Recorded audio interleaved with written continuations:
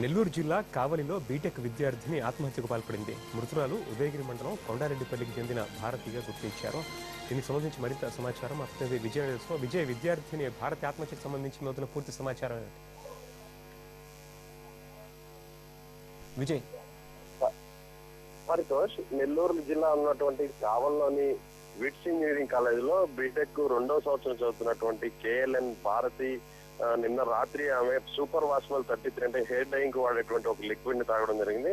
అయితే ఇమీడియట్ గా అక్కడ ఉన్నటువంటి తోటి విద్యార్థులు విషయం తెలుసుకొని అక్కడ ఉన్నటువంటి స్థానిక సిబ్బందికి కూడా చెప్పడం జరిగింది. అయితే అప్పటికే అక్కడ ఉన్నటువంటి స్థానికంగా ఉన్న ఓ ప్రైవేట్ హాస్పిటల్ తీసుకెళ్లినప్పటికీ కూడా కావలి హాస్పిటల్లో ఉన్నటువంటి వైద్యులు ఇమీడియట్ గా నెల్లూరులోని ఒక సూపర్ స్పెషాలిటీ హాస్పిటల్ కి తరలించారు.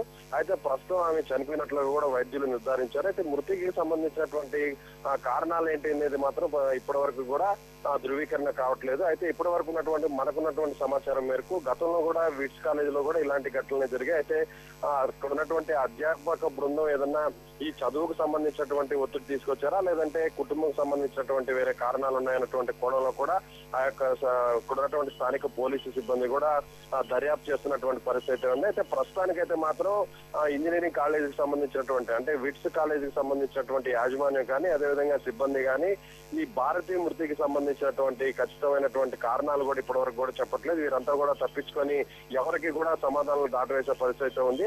అయితే ఏదైతే ఇక్కడ ఉన్నటువంటి భారతికి సంబంధించినటువంటి అంటే ఉదయగిరి మండలం కొండారెడ్డిపాలెంకి సంబంధించినటువంటి భారతీయ కుటుంబ సభ్యులు మరి కాసేపట్లో హాస్పిటల్ కి చేరుకున్నట్టు కూడా మనకు తెలుస్తుంది. హాస్పిటల్ కి వచ్చిన తర్వాత ఆ తల్లిదండ్రులు ఇచ్చేటువంటి సమాచారం మేరకు పోలీసులు తీసుకున్నటువంటి ప్రాథమిక సమాచారం మేరకు ఒక నిర్ధారణకు రావచ్చు. పరితోష్. Thank you Vijay.